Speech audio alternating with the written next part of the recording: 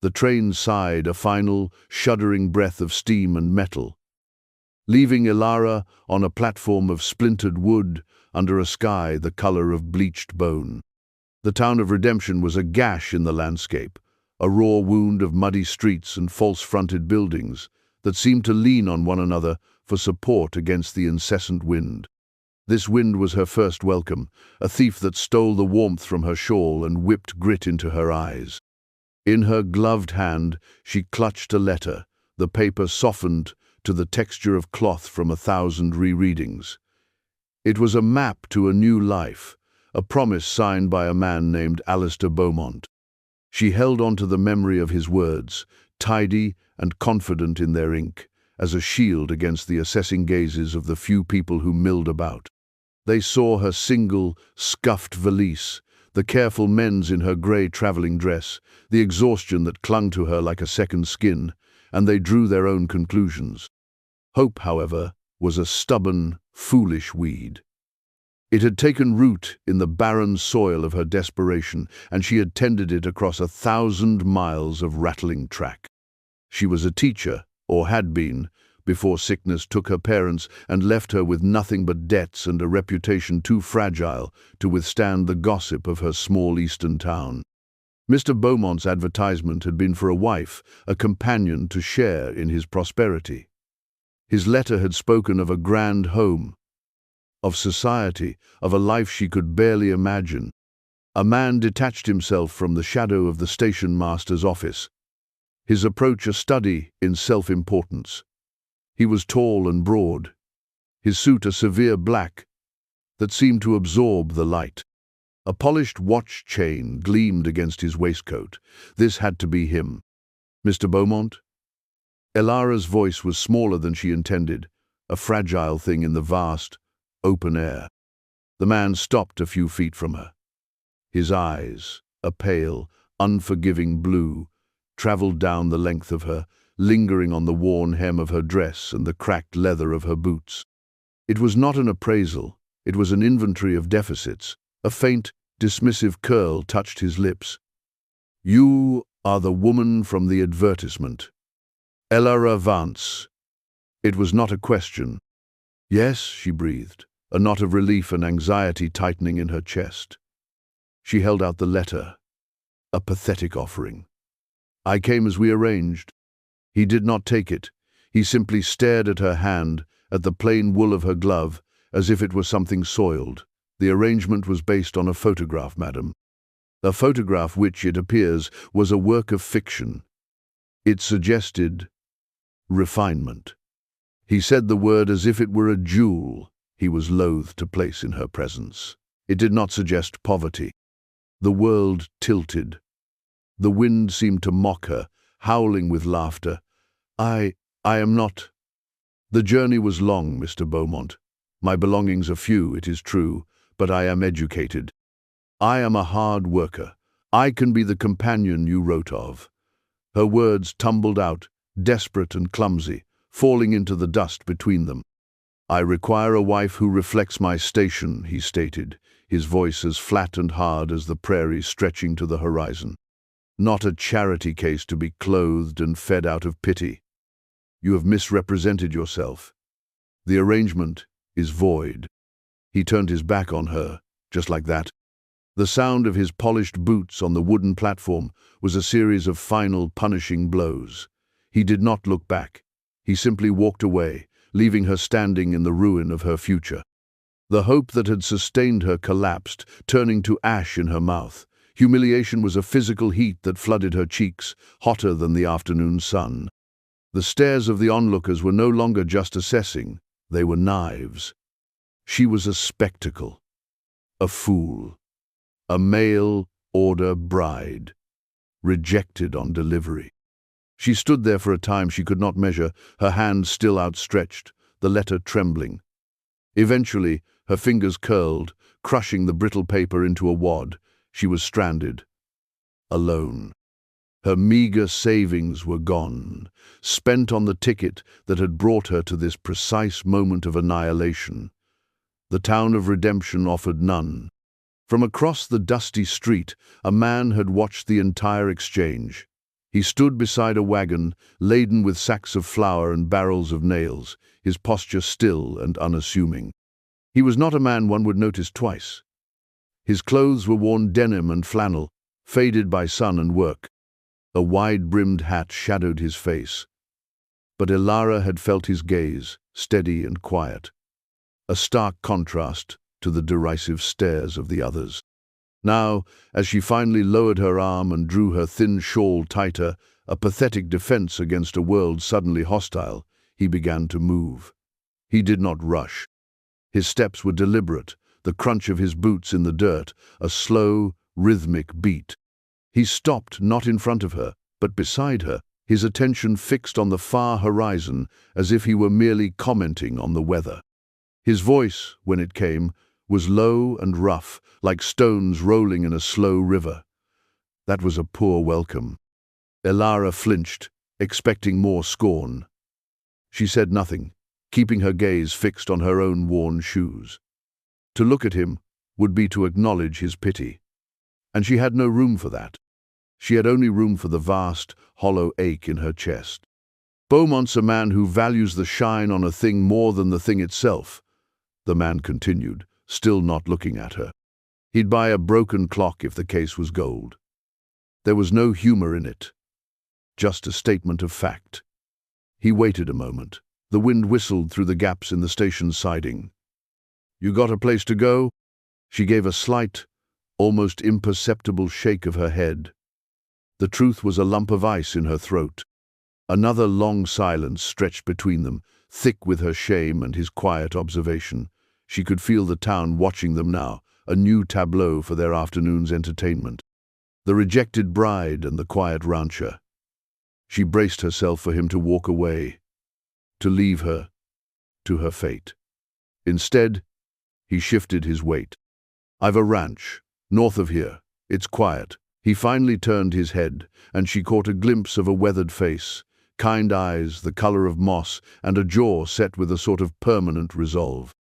He was not young, but not old either. He was a man shaped by the land he lived on. "There's a spare room, roof doesn't leak. You can stay a few days, figure things out." The offer was so unexpected, so contrary to the cruelty she had just endured, that she could not process it. She looked at him then, truly looked at him, searching his face for a trick, for some hidden motive. She saw none. There was only a grave sort of compassion, an empathy that asked for nothing in return. It was more terrifying than Beaumont's contempt. Kindness was a currency she could not repay. "Why?" The word was a whisper. He considered this, his gaze returning to the distant, hazy mountains. "Don't hold with leaving folks stranded. It ain't right." He gestured with his chin toward her valise. "My wagon's over there. Sun'll be setting soon." He did not press her. He stated his offer and left the choice entirely in her hands, a grant of agency she had not felt in months. He was already turning to walk back to his wagon, assuming her refusal. Desperation was a stronger force than pride. She had learned that just now. With a deep, ragged breath that felt like her first in an hour, she bent, picked up the handle of her valise, and followed him. The journey to his ranch was made in near silence. The wagon jolted and swayed, a small wooden ship on a sea of dry grass. The man, whom she learned was named Silas, handled the horses with a gentle, competent hand. He did not try to fill the silence with chatter, and for that she was intensely grateful. Words were beyond her. Her mind was a maelstrom of shock and shame, replaying Beaumont's dismissal over and over again. The landscape outside the wagon was as unforgiving as the man who had spurned her. Jagged hills tore at the sky, and the few trees they passed were gnarled and bent, sculpted by a wind that never stopped. It was a place that did not suffer fools or the weak. She was both. Silas's ranch was not a grand home. It was a small, sturdy cabin built of dark, weathered logs, chinked with mud and perseverance. A stone chimney stood sentinel at one end, and a porch ran the length of the front. A barn, equally sturdy, sat a short distance away, along with a web of corrals. It was a place built for function, not for show. It was an island of order in a vast wilderness. It was a fortress of solitude. He led her inside. The interior was a single large room, clean and spare. A stone fireplace dominated one wall, its hearth swept clean. A simple table and 2 chairs sat in the center. A bed was tucked into one corner, and a door on the far wall presumably led to the room he had mentioned. The air smelled of wood smoke, old leather, and coffee. It was the scent of a life lived alone. "That's your room," he said, pointing to the door. It's a spare room." The slight hesitation was a story she did not ask him to tell. "There's water in the pitcher. I'll see to the horses." He left her there, and she stepped into the small room. It was even more Spartan than the main living area. A narrow bed with a patchwork quilt, a small washstand, and a single window that looked out onto an endless expanse of rolling brown hills. It was a nun's cell, a sanctuary. She set her valise on the floor, walked to the bed, and sank onto the mattress. The coiled spring of her composure, wound so tight for so long, finally snapped. She did not weep loudly, but in a series of silent, wrenching sobs that shook her entire frame, mourning not a man she never knew, but a future that had been murdered before it could draw its first breath. The days that followed fell into a quiet, unspoken rhythm. Ilara existed on the periphery of Silas's life, a ghost in his house. She rose early, startled by the profound silence, and would find he was already long gone, tending to his cattle. She would clean the cabin, her hands finding solace in the simple, repetitive tasks of sweeping the floor, washing the few dishes, and tending the fire. She found a small, neglected patch of earth near the house and, using a rusty trowel she discovered in the barn, began to turn the soil, pulling weeds with a fierce, focused energy. She needed to make something grow. It was a primal, desperate urge. Silas would return at dusk, weary and covered in the dust of his labor. He would nod a greeting, his face unreadable in the lamplight. They ate their meals in a silence that was at first excruciatingly awkward, but gradually softened into something comfortable. He was not a man who wasted words, and she was a woman who had none left to give. Their communication happened in deeds. He would leave a bucket of fresh milk on the porch for her each morning. She would find a tear in his work shirt and mend it so finely the repair was almost invisible. He never mentioned the mended shirt. She never mentioned the milk. They were quiet acknowledgments, a fragile bridge of mutual respect being built, plank by plank, across a chasm of silence. One evening, a storm rolled in, a magnificent, terrifying beast of black clouds and slashing rain. The wind shrieked around the corners of the cabin, and lightning bleached the world white for a split second, followed by a crack of thunder that shook the very logs of the walls. Ilara, who had always been afraid of storms, found herself standing at the window, watching it. Here, the storm did not feel like an enemy, it felt like a cleansing. It was a rage that matched the one she kept locked inside her. "It's a bad one," Silas said from behind her. He had a cup of coffee in his hand. "But the house is strong. You built it yourself," she stated. It wasn't a question. The careful, interlocking logs, the solid set of the foundation, it was all of a piece with the man himself. "My father and I, a long time ago." He came to stand near the window, not too close, but sharing the view. He used to say a man's house should be like his character, able to stand firm when the wind blows. It was the most he had ever said about his past. Ilara felt a small door creak open. "My father was a scholar," she said, her voice quiet. "He believed character was built from books. He left me a library, but no tools to build a house." She gave a small, sad smile. "So when the wind blew, my house fell down." Silas looked at her, his gaze direct and serious. "You know how to mend things, and you can make things grow in hard soil. Those are tools, good ones." His simple validation was a balm on a wound she did not realize was still so raw. It was the first time anyone had seen value in her beyond a pretty face or a docile nature. He saw what she could do, not just what she was. In the flickering lamplight, with the storm raging outside, she felt the first, tentative sprout of a new kind of hope. It was nothing like the foolish, naive weed she had nurtured on the train. This one was small and tough, like a prairie wildflower, born of rock and hardship. Weeks turned into a month, then 2. The garden she had started began to yield small, precious vegetables. Her presence softened the hard edges of Silas's home. A jar of wildflowers sat on the table. The curtains she had fashioned from old flour sacks were clean and bright. She was no longer a ghost. She was a quiet presence, a part of the rhythm of the place. The unspoken arrangement between them held: he provided shelter, and she provided a touch of civilization, of home, that he had clearly lived without for a very long time. The tentative peace was shattered on a trip to Redemption for supplies. Ilara had stayed at the ranch for weeks, afraid of the judgment she would face in town, but their supplies were low, and Silas had insisted she come, that she could not hide forever.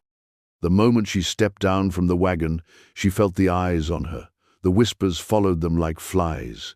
She saw him then, across the street, Alistair Beaumont. He was standing with 2 other well-dressed men, and he saw her. A smirk of pure malice crossed his face. He said something to his companions, and they all turned to stare, their laughter a loud, ugly sound in the quiet street. Ilara felt the familiar heat of shame flood her body. She wanted to turn, to flee back to the safety of the ranch, but then she felt Silas's presence beside her, as solid and unmoving as a mountain.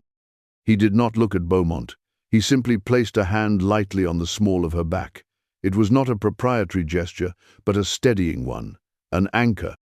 "Pay them no mind," he murmured, his voice low. "They're small men. Their shadows are bigger than they are." But Beaumont was not content to mock from a distance. As they left the mercantile, he positioned himself directly in their path. "Well, well," he drawled, his eyes raking over Ilara with insolent ownership. "It seems the stray has found a kennel. I trust you're not paying for this one's keep, Silas. I found her to be of exceptionally poor quality." Rage, cold and pure, surged through Ilara, but before she could speak, Silas stepped slightly in front of her, a subtle, protective movement. His face was calm, but his eyes were chips of ice. "What she does is her business, Beaumont," Silas said, his voice dangerously quiet. "And she is under my roof, which makes it my business. I suggest you find your own." Beaumont laughed, a harsh, grating sound. "Under your roof? Is that what they're calling it now? I wonder what the preacher would say about such an arrangement. A man like you, shacked up with a woman of her uncertain character." The threat was clear. Social ruin. An accusation of immorality that could see her driven out not just of the town, but of the entire territory. Ilara's heart hammered against her ribs. She had brought this trouble to his door, this quiet, decent man who had only shown her kindness. She opened her mouth to say she would leave, to spare him this. But Silas spoke first. His voice was not loud, but it cut through the street noise like a razor. "Then let me make it plain for you, and for anyone else who's listening," Silas declared, his gaze sweeping over the curious onlookers who had gathered. He turned his head slightly to look at Ilara, and for a fleeting moment she saw an ocean of feeling in his eyes, something deep and fiercely protective. He then looked back at Beaumont. "This woman is my intended. You will afford my future wife the respect she is due. Or you will answer to me." The silence that followed was absolute. The word hung in the air. Wife. It was a shield, a claim, a fortress wall thrown up around her in an instant. Beaumont's smirk faltered. To insult a man's fiancée was a different matter entirely. It was a challenge he was clearly not prepared to meet. His bluster deflated, leaving only his petty cruelty exposed. He muttered something under his breath and, with a final venomous glare, pushed past them and strode down the street. The ride back to the ranch was as silent as the first one had been, but this silence was different. It was not empty. It was filled with the weight of the word he had used. My future wife. He had said it to protect her, she knew. A lie born of chivalry. But it had felt like something else entirely. It had felt, for a staggering moment, like the truth. When they arrived back at the cabin, she finally found her voice. "You did not have to do that," she said, her hands twisting in the fabric of her skirt. "To lie for me." Silas was unhitching the horses, his back to her. "Beaumont needed to be stopped. He's a dog that only understands a strong fence. But to say that, you have put your own name at risk." He finished his task and finally turned to face her. The setting sun cast his face in lines of gold and shadow. "Ilara," he said, and it was the first time he had used her given name with such directness. It sounded different in his mouth. Solid. Real. It was only a lie if you wish it to be. She stared at him, her heart doing a slow, painful somersault in her chest. The wind picked up, rustling the dry leaves, whispering secrets between them. He was not proposing a marriage of convenience or pity. The question in his eyes was genuine, hesitant, and terrifyingly hopeful. He was offering her not just a roof or a name, but a partnership. A home. She thought of the cold, transactional letter from Beaumont. And then she looked at this man, at his calloused hands that could be so gentle, at his quiet strength that had been her shield. She thought of the garden they had inadvertently tended together, a small patch of life in the wilderness. "No," she whispered, the word barely audible over the wind. "I do not wish it to be a lie." A slow smile transformed his weathered face, a rare and wondrous thing that reached all the way to his kind, moss-colored eyes. And in that moment, under the vast, bruised purple of the twilight sky, Ilara knew she had not been rejected in redemption. She had been delivered. Their quiet understanding did not stop Beaumont. His public humiliation festered, turning into a private obsession. He could not challenge Silas directly, but he could attack the foundations of his life. A fence was cut, allowing a dozen head of cattle to wander off into the hills, a full week's work to round them up. A vital part of the water pump for the well was stolen one night, forcing Silas to haul water from the creek a mile away.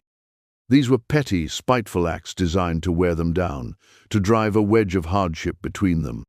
But the hardship did the opposite. It forged them together. Ilara rode with Silas to search for the lost cattle, her eyes sharp, her endurance surprising him. When the pump broke, she learned to haul the heavy buckets alongside him, her muscles aching but her spirit resolute. They were a team, their movements synchronized by shared purpose. The cabin, once his solitary fortress, was now their shared command post. Her laughter, a sound he had never expected to hear, began to echo in its walls. He, in turn, began to share the quiet pieces of himself. He told her about his wife, taken by fever 5 years prior, and the suffocating silence she had left behind.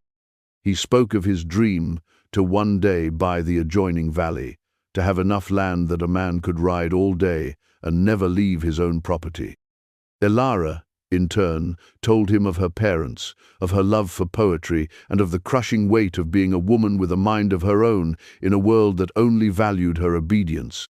As they talked, they discovered that their lonelinesses were different shapes, but they fit together perfectly.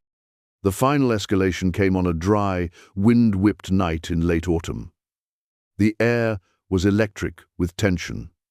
Ilara was mending a shirt by the firelight when a strange, orange glow appeared in the small window.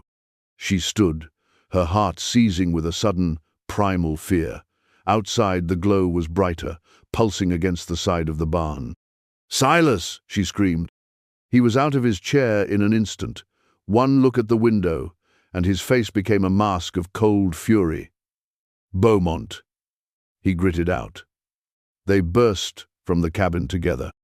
The north wall of the barn was on fire, flames greedily licking up the dry, seasoned timber. The wind was fanning it, threatening to turn the entire structure into an inferno that could easily leap to the house. Their animals, their hay, their very livelihood was in that barn. Silas grabbed buckets, shouting instructions. The well pump is still broken. The creek. They ran, their feet pounding the hard earth. The fire was a living, roaring beast, consuming their life's work. They filled buckets in the dark, stumbling back up the rise, throwing the pathetic streams of water against a wall of flame. It was hopeless.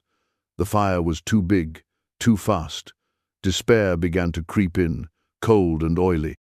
Then, through the roar of the fire and the howl of the wind, came another sound, the thunder of hooves, a shout. Out of the darkness, 2 riders appeared, then 3 more. It was some of their neighbors. The taciturn Mr. Jensen from the South Ridge, the young couple, the Hendersons, from the next valley over. They had seen the glow in the sky. Without a word, they joined the frantic bucket brigade, their faces grim and determined in the hellish light. They had seen the petty cruelties. They had heard Silas's declaration in town. They had chosen a side. They fought the fire for over an hour, a desperate, sweating, soot-blackened army. Ilara worked with a strength she never knew she possessed, her fear burned away by a white-hot protective rage. This was her home. This man was her future. She would not let it turn to ash.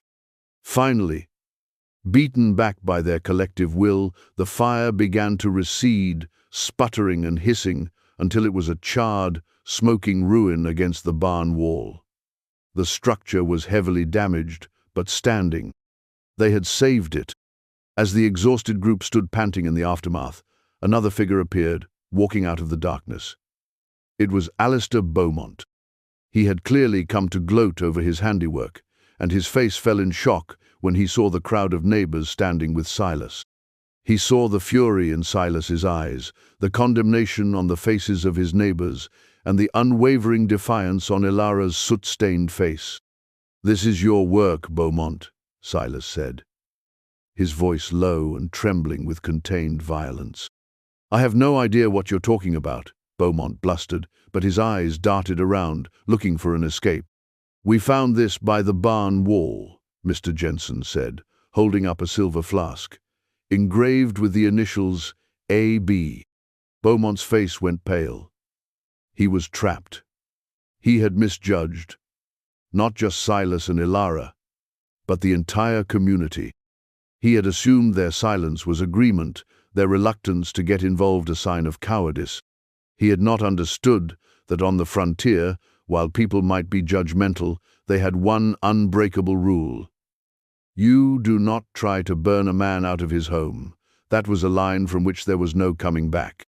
He turned and ran, a pathetic, clumsy flight into the darkness. No one chased him. They just watched him go. They knew he was finished in this territory. He would be gone by morning. In the quiet that followed, Ilara stood beside Silas, looking at the faces of the people who had come to their aid. They were no longer whispering about her. They were nodding in respect. "Mrs. Henderson came over and put a gentle hand on Ilara's arm. "You'll need help with the repairs," she said. "We'll be here in the morning."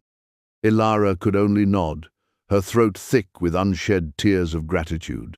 Later, after everyone had gone, she and Silas stood on the porch of the cabin, looking at the wounded barn under a sky now filled with stars. The air was cold and smelled of smoke and wet earth. "He thought he could burn us out," Silas said quietly. "He didn't know our foundation was stone." He reached out and took her hand. His palm was rough and calloused, her hand was small and soft, but they fit together. "He didn't know our house was already built." Ilara leaned her head against his shoulder, her exhaustion complete, but her heart full. She looked out at the dark, rolling hills. No longer a landscape of desolation, but one of promise. It was not a place of refinement or high society. It was a place of hard work, of quiet courage, and of a fierce, protective love she never could have found in a gilded cage. She had arrived in redemption seeking a new life based on a lie. She had found a true one, forged in fire, and built on the solid ground of a good man's heart. This was her home. She was finally home.